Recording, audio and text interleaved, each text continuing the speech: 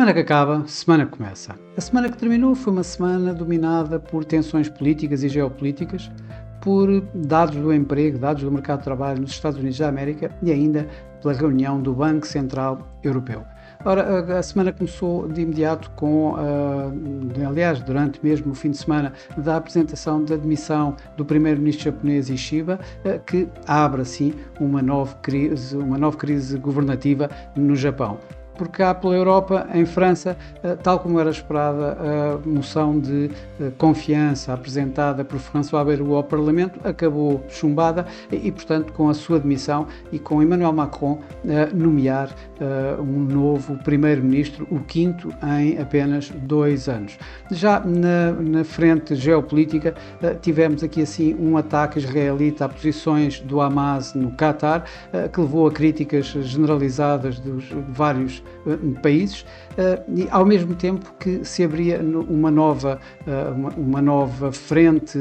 de tensões geopolíticas com a entrada em espaço europeu, a invasão, digamos, de espaço aéreo polaco por drones russos, que levou à intervenção de aviões da NATO, de jatos da NATO polacos, para abaterem esses mesmos aparelhos não tripulados. Os dados, a semana começou, aliás, era perspectivado que houvesse aqui assim principalmente alguma atenção especial para os dados da inflação nos Estados Unidos. Essa inflação nos Estados Unidos acabou por vir relativamente em linha com o esperado. Manteve-se aqui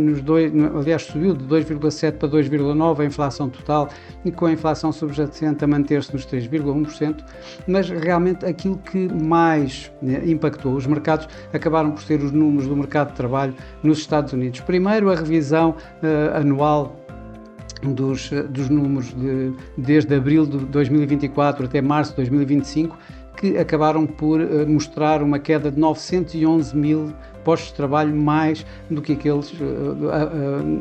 do que os anteriormente divulgados. Isto quer dizer que, de uma forma geral, foram reduzidas para metade, praticamente, o número de empregos criados durante esse período, levando os Estados Unidos a uma economia mais frágil do que pensado anteriormente. Claro que isto acabou por dar algumas novas expectativas relativamente a esta semana que vai entrar com a Reserva Federal dos Estados Unidos. Mas tivemos também uma importante reunião, a reunião do Banco Central Europeu, que, tal como era esperado, manteve inalterada a sua taxa de juros nos 2%, mas com de alguma forma, uma volta um pouco mais hawkish por parte de Christine Lagarde, que na conferência de imprensa acabou mesmo por dizer que o processo de desinflação na Europa tinha acabado, dando indicações, de alguma forma, que poderíamos ter acabado o tal ciclo de cortes de taxa de juros por parte do Banco Central Europeu. Ora, o mercado continua ainda à espera da possibilidade de haver um novo corte de taxas de juros lá mais para dezembro, provavelmente, ou mesmo para o início do próximo ano. Christine Lagarde não fechou de todo a porta a mais um corte de taxa de juros, mas pô-lo realmente a fasquia bastante alta, na medida em que diz que só, de facto, uma alteração das tais projeções que nesta reunião se mantiveram praticamente em linha com as projeções de junho, a manterem-se inalteradas, dificilmente haverá novo corte de taxa de juros. De seguida,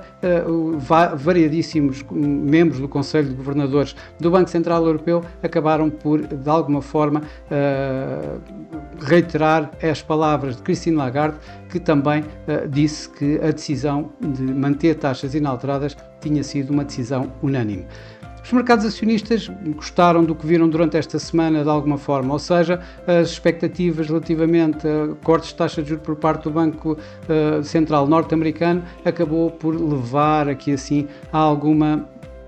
há algum suporte aos mercados acionistas. Vimos então, por exemplo, na Ásia, o Nikkei a ganhar 4%, mais de 4%, o Eurostoxx 50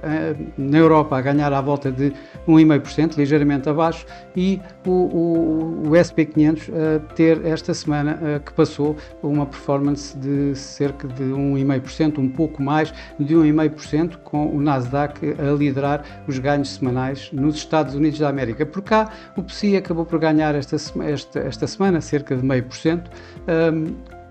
suportado em parte pelos ganhos dos CTT, que ganharam esta semana cerca de 3,5%, e por outro lado pressionados pelas perdas da EDP Renováveis, que apresentou uma perda de cerca de 1,5%. No mercado cambial, o dólar, se no início da semana ainda teve algum suporte, digamos,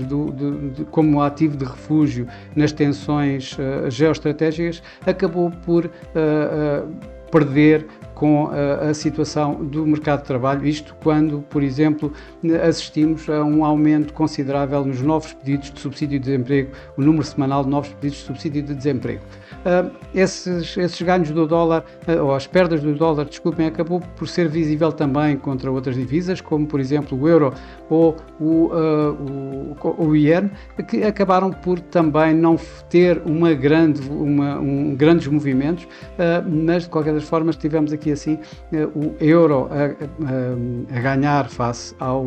dólar, assim como o iene também acabou por registrar pequenos ganhos. Já o franco suíço e a libra mantiveram-se praticamente inalterados aos recentes níveis, com o franco suíço a ter alguns ganhos, isto também fruto das tais tensões políticas e geopolíticas, e a libra que se manteve praticamente inalterada, ganhando face ao dólar, mas recuando face ao euro. De realçar duas divisas durante esta semana que foram as que mais ganharam: a coroa norueguesa, que face ao euro ganhou aqui assim à volta de 1,7%, um pouco menos do que face ao próprio dólar, e o dólar australiano, que foi das divisas também que mais ganhou durante esta semana, tendo tido um desempenho face ao dólar norte-americano de 1,4%. Nas moedas emergentes, a lira turca, que esta semana viu o seu Banco Central cortar a sua taxa de juros uma vez mais, e continua a registar mínimos sucessivos devido às tais situações políticas internas da própria Turquia. E, por outro lado, de alguma forma, algum alinhamento existente esta semana entre as políticas comerciais mexicana e norte-americana acabaram por levar o peso mexicano a registrar mais ganhos esta semana. Foi a divisa de mercados emergentes que mais ganhou esta semana aqui cerca de 1,5%. No mercado de commodities também assistimos a alguma volatilidade no petróleo, isto quando as tensões geopolíticas subiram, deu algum suporte ao próprio petróleo. Já por outro lado, projeções que apontam para um excesso da oferta acabaram por conter exatamente esses ganhos e mesmo a pressionar o próprio petróleo. Ainda assim, o Brent esta semana acabou por ganhar cerca de 2%, um pouco mais de 2%. O ouro continua a fazer máximos de sempre, isto quando ganhou esta semana aqui marginal, de alguma forma marginal, tendo em consideração os ganhos das semanas anteriores, daqui um pouco menos de 1%. Isto, obviamente, quando tem vindo a estar suportado pelas tais tensões políticas, as tensões geopolíticas, e, além disso, ter um grande suporte devido às expectativas crescentes de mais cortes de taxa de juros. A semana que vai começar é uma semana praticamente em que vamos estar bastante a olhar para o que se vai passar na Reserva Federal. É uma semana cheia de bancos centrais, uma agenda económica bastante ligeira, então se falarmos na zona euro ou nos Estados Unidos praticamente vazia, e onde as tensões geopolíticas infelizmente poderão continuar a fazer notícia. Já este fim de semana houve mais episódios de alguns drones russos junto à fronteira com a Polónia, com a Força Aérea Polaca, uma vez mais, a ir para interceptar exatamente esses mesmos drones, ao mesmo tempo que em Gaza, no Médio Oriente, continua a haver os tais exercícios de Israel, onde continua a colocar, digamos, alguma instabilidade exatamente nessa mesma área. Por outro lado, vamos continuar a ter algumas situações relativamente a tarifas com Donald Trump. Ele, este fim de semana, também já adiantou que iria colocar mais tarifas à China devido às compras de petróleo russo, para tentar parar com a guerra na Ucrânia. Vamos ver que desenvolvimentos isso vai ter. Em termos de dados macroeconómicos, como disse, vai ser uma semana bastante ligeira. Nos Estados Unidos vamos ter, quanto muito, as vendas a retalho, que poderão aqui assim, que vão ser o indicador talvez mais seguido. Eu colocaria o foco mais em Inglaterra, onde vamos ter, antes do Banco de Inglaterra, vamos ter dados da inflação e dados do emprego, que poderão de alguma forma dar aqui assim alguma luz sobre o que se vai passar no Inglaterra. Vai ser uma semana onde os mercados vão estar bem a olhar para os vários bancos centrais, e eles são muitos. O Banco de Inglaterra, como disse, que deverá manter inalteradas as suas taxas. O Banco do Canadá, em que as opiniões dividem-se entre um corte de 25 pontos ou a manutenção das taxas. O Banco do Japão, que deverá manter a sua taxa inalterada nos 0,5%, ainda muito mais com uma crise política agora à vista. O Norges Bank, na Noruega, que também o mercado está um pouco, digamos, dividido entre 25 pontos base ou a manutenção da sua taxa de juros, tudo isto vai ser bastante escrutinado pelo mercado durante toda esta semana. Mas, de facto, o que mais vai atrair as atenções vai ser a reunião da Reserva Federal dos Estados Unidos, onde é unanimemente esperado um corte de 25 pontos base. Aliás, há inclusive alguns analistas e alguns investidores que apontam para a possibilidade de haver um corte de 50 pontos base, onde o mercado vai estar bastante atento, mais do que esses 20, obviamente se forem 50 pontos vai haver aqui uma reação maior no mercado, mas onde o mercado vai estar essencialmente a ver os dot plot, as projeções feitas pelos vários governadores da FOMC, onde vamos ver até que ponto é que